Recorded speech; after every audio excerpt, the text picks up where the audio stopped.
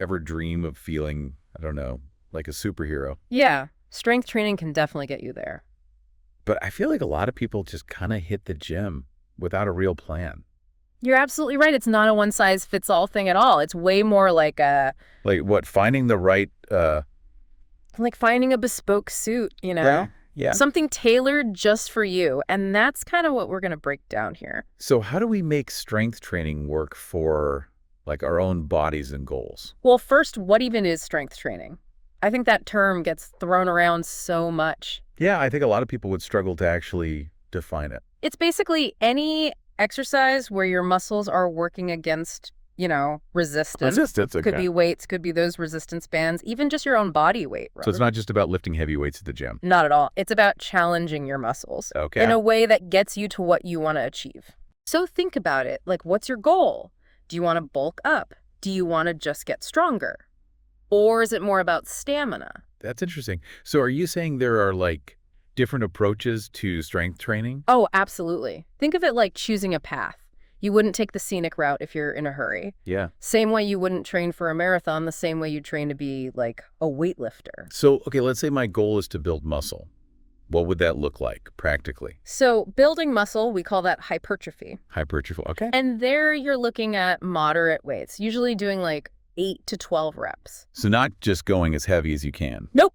It's about, feeling that time under tension. Time under tension. What's that? So imagine like you're doing a bicep curl and you're slowly lowering the weight, counting to 3 as you go down. Okay, yeah. That's that time under tension. It's that controlled burn. I feel like I've heard people say feel the burn before. Did that mean the same thing? Yeah, exactly. That feeling means you're actually causing those tiny tears that help muscles grow. So that's actually good. In this context, it's good. But remember, growth also needs rest. Oh, okay. Recovery is just as crucial as the workout itself. You got to give those muscles time to rebuild.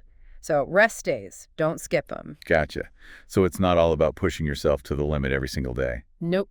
Even just, like foam rolling after leg day, those little things make a difference for recovery. Makes sense. So rest is just as important as the actual workout. What if I wanted pure strength, though? Like, I just want to lift that heavy thing to impress people. For maximal strength, it's kind of like the name says, right?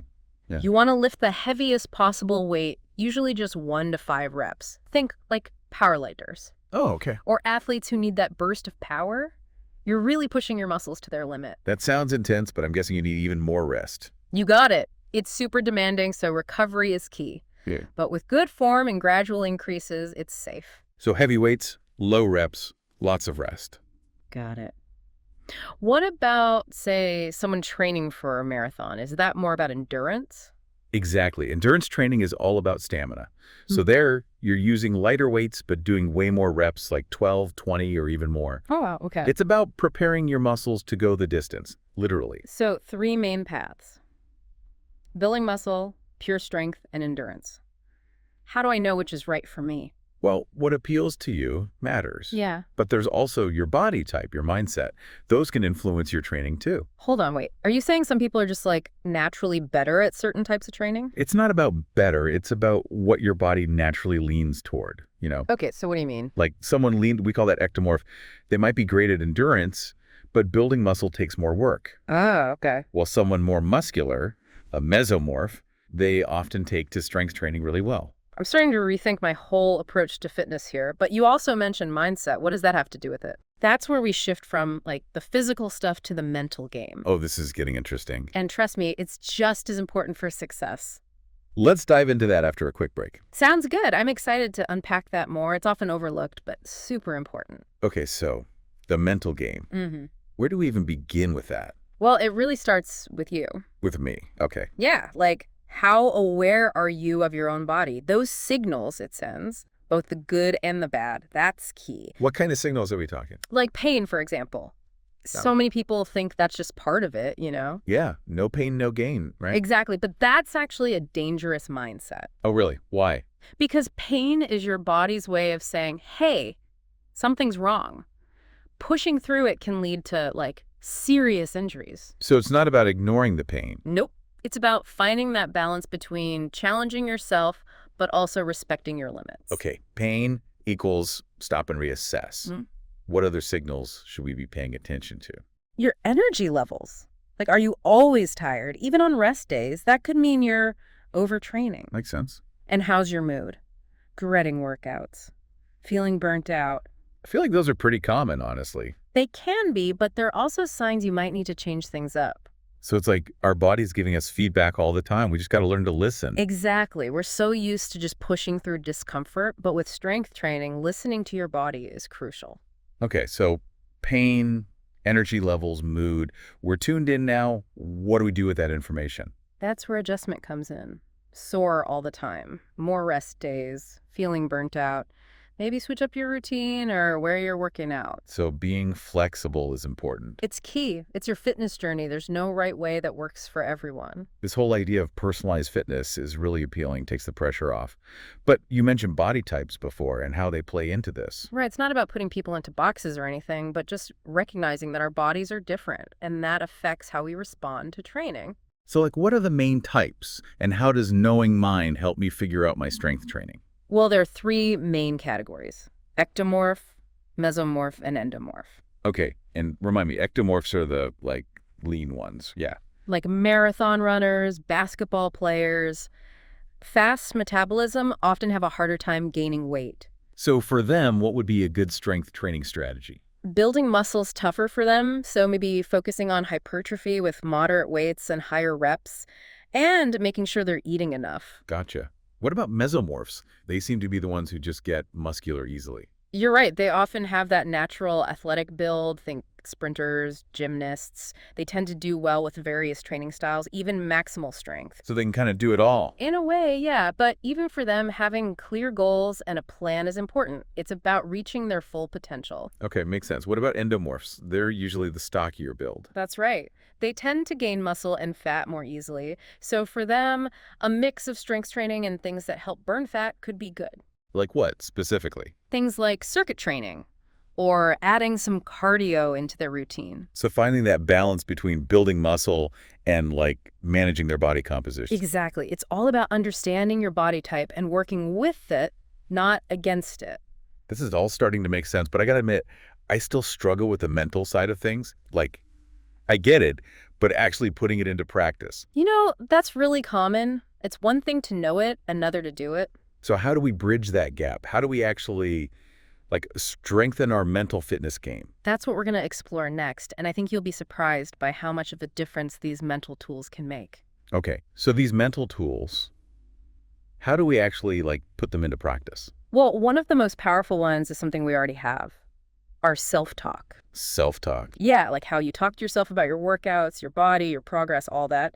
It really impacts your results. So instead of, like, beating myself up when I miss a workout, I should be nicer to myself.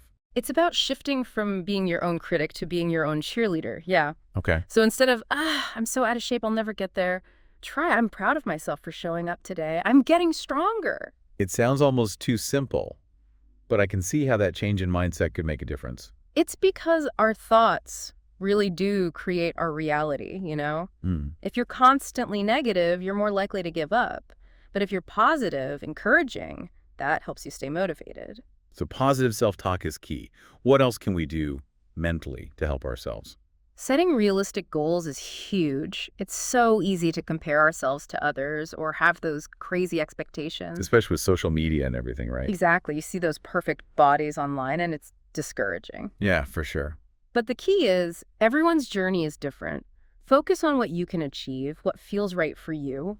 Not trying to be someone else, basically. Right. Maybe your goal is running a 5K or lifting a certain weight or even just feeling more energy and confidence. So it's about finding those goals that challenge you, but that you can actually reach, and celebrating those wins along the way. Absolutely. It's progress, not perfection. And that kind of leads into another tool, self-compassion. Self-compassion.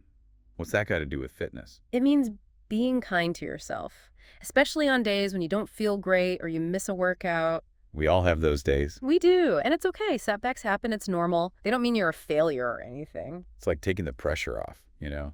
Makes fitness feel more doable long term. Exactly. It's about a healthy, positive relationship with your body, not one of punishment. This is so different from how a lot of people approach fitness, I think. It is, and it's so much more sustainable. So we've got positive self-talk, realistic goals, self-compassion, anything else. Yeah, are there any other mental tricks we can use? One more powerful one is visualization.